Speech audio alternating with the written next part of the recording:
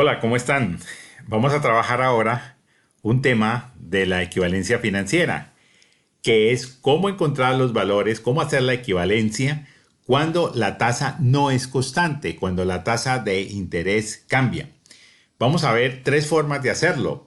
La primera, que es llevando cada punto, cada monto con su respectiva tasa al monto siguiente, al momento siguiente e irlos acumulando. Ese es un caso bastante ineficiente, pero válido. Luego vamos a ver uno que es más apropiado para una serie de cuotas, que es el caso de tratamiento bajo la tabla de amortización. Y por último vamos a ver uno que es el más adecuado para todos, el más eficiente, que es el tratamiento de esta equivalencia mediante el cálculo de factores. ¿Ok? Empecemos. Vamos a verlo todo a través de un ejemplo. Encuentre el pago único, que a los 4 años se cancela el préstamo de 1 millón de pesos, de 1.000 millones de pesos, con unos intereses que van cambiando, 10% para el primer año, 20% para el segundo año, 40% para el tercero y 45% para el cuarto año. Vamos a ver ese préstamo cómo se pagaría con un solo valor futuro. ¿Ok? Aquí tenemos el caso establecido. El primer año cobra un interés del 10, el segundo 20, el tercero 40 y el cuarto 45. Obviamente en el momento cero lo único que hay es el préstamo, ¿vale? Bien, esta es una equivalencia entre futuro y presente. Uno tiene la tendencia a sacar el promedio de las tasas. Entonces, con la función promedio, vamos a tomar el promedio de los intereses. Esto en realidad es una aproximación bastante grotesca, porque la formulación de las tasas y sobre todo la formulación de equivalencia no permite que se haga un promedio aritmético. ¿Ok? De manera que esto podría hacerse solo para ver un caso aproximado, y esto que se aplica es cuando tenemos presente y futuro, en otros casos no. Por eso esta solución la vamos a llamar una solución con tasa promedio, que no es conveniente. Lo vamos a llamar método errado. Si nosotros tenemos esta tasa promedio, pues digamos que uno diría, la ponemos allí como tasa, ¿cierto? Tenemos un color palidito para acordarnos que no es lo correcto. Y una vez que tenemos formulado nuestras variables, pues encontramos el valor futuro. El valor futuro es más BF, abre paréntesis, pongámoslo con mayúscula para conservar la sintaxis. La tasa es 28.75, que fue el promedio. El número de periodos es 4. El pago es 0. El valor actual es 1.000 millones y obviamente el tipo no se coloca. Entonces tenemos 2.747.824.243, que sería el cálculo nuestro para cada una de las cuotas. ¿Ok? Bien. Podemos hacerlo también por la fórmula y nos daría lo mismo. Más, en este caso pongámosle negativo porque ya no tenemos que cerrar la fórmula aquí, menos estos 1.000 millones multiplicados por 1 más la tasa, que resultó ser esta, elevado todo a la número de periodos, a la 4. Y nos da exactamente el mismo resultado. Pero recuerden, esta es una solución errada, realmente sirve como una aproximación.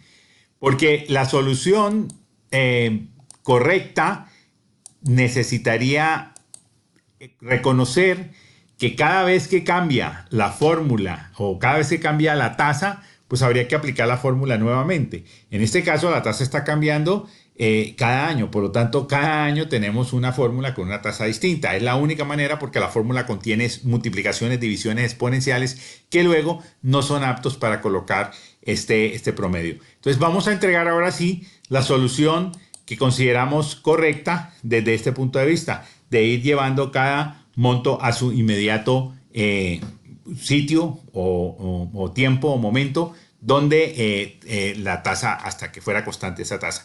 Entonces empezamos con un valor presente de 1.000 millones. En el momento 1, o sea, un año después, pues el valor acumulado sería 2.000 millones multiplicados por 1 más la correspondiente tasa de ese año, que fue 10%, ¿correcto? Sería esta fórmula que siempre conocemos. Y esta fórmula sí que la podemos llevar, ¿cierto? Hasta el final. Entonces tendríamos ahí, al final, un valor de futuro de 2.679.600.000 pesos. O sea, esos 1.000 millones que en nuestros cálculos aproximados, por no decir errados, se pagaban con 2.747.000, 2.747 millones, 2.747 millones. Resulta que en la realidad se deben pagar al final de los 4 años con 2.679 millones. Es una aproximación de unos 75 millones, que es bastante. Por lo tanto, nosotros reafirmamos que el método anterior es el método incorrecto y este método sería el método correcto, ¿ok? Bien. Ahora nos dicen, calcúlese la tasa equivalente. Entonces, para calcular la tasa equivalente, ¿qué es lo que tenemos? Tenemos un presente, que fueron 1.000.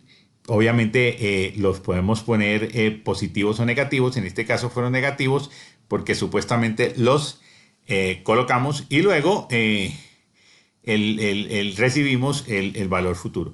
Entonces, en este caso es negativo. El valor futuro en este caso es este que acabamos de encontrar acá, ¿cierto? Y lo demás queda como acostumbramos. Alícuota 0, el número de periodos 4 y la tasa equivalente sería la función tasa más tasa, abre paréntesis, tenemos número de periodos, tenemos pago, tenemos valor presente, tenemos valor futuro, tenemos el tipo es 0,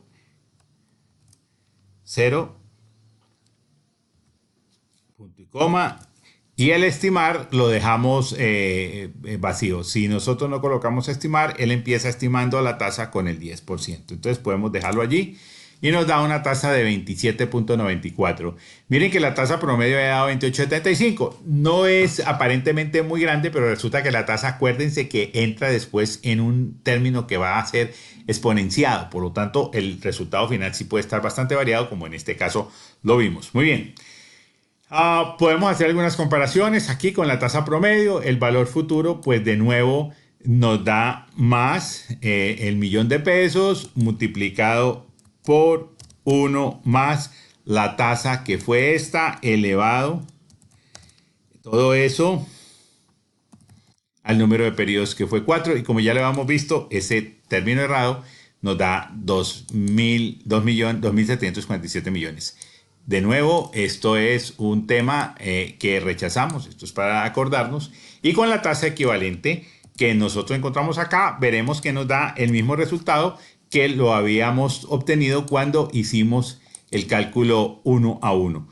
En este caso, el valor futuro sería más BF, abre paréntesis, la tasa es esta de aquí, punto y coma, el número de periodos es 4, punto y coma, el pago es 0, podemos poner con la mano 0, punto y coma, el valor presente es menos 1.000.000, punto y coma,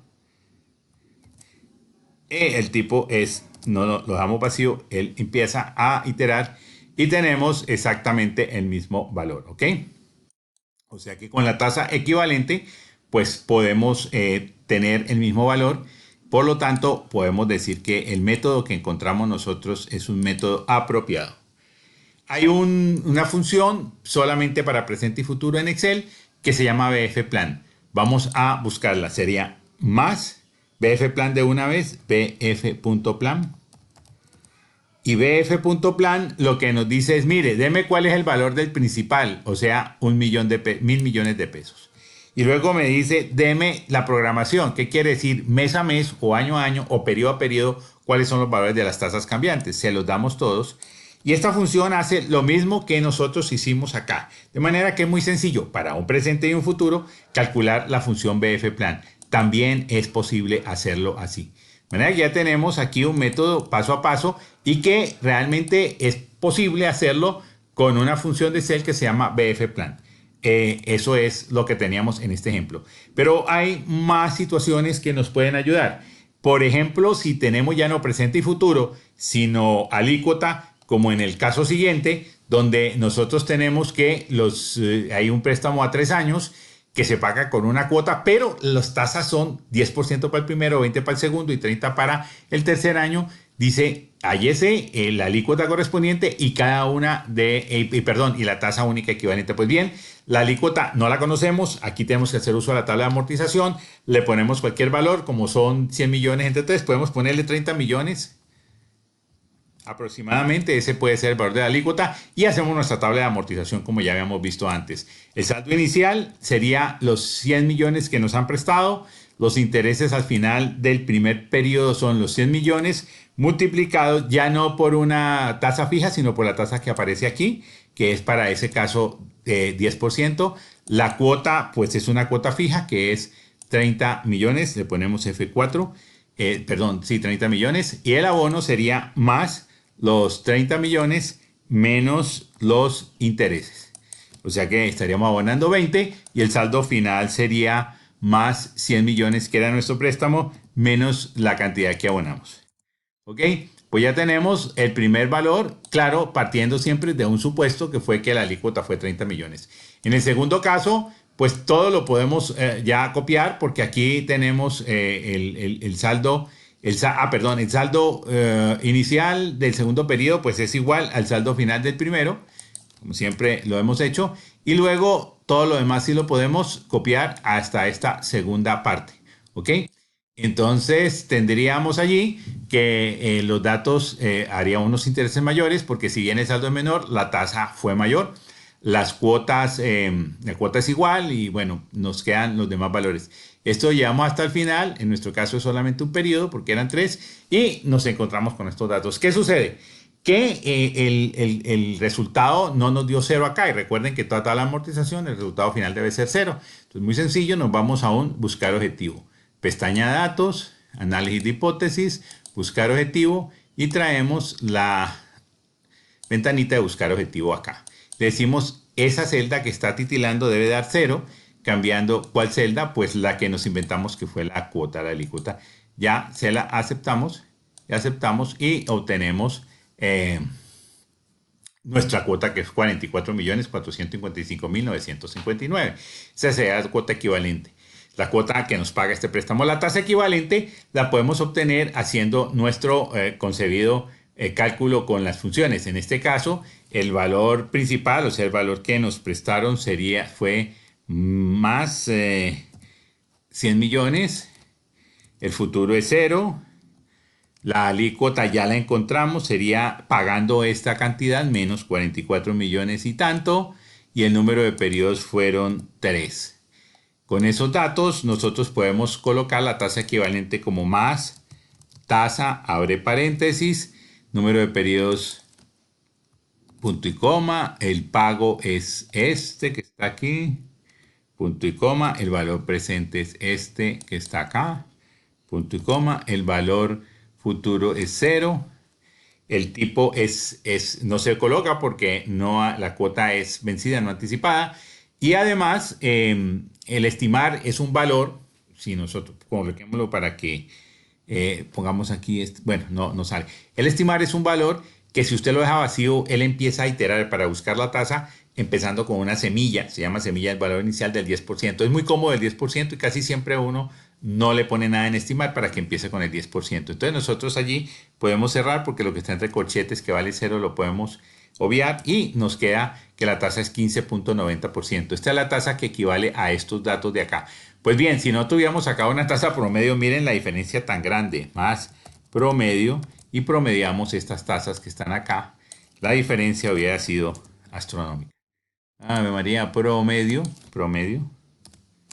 la diferencia es bastante amplia. Como ustedes ven, esta tasa promedio nos dio un valor de 20%.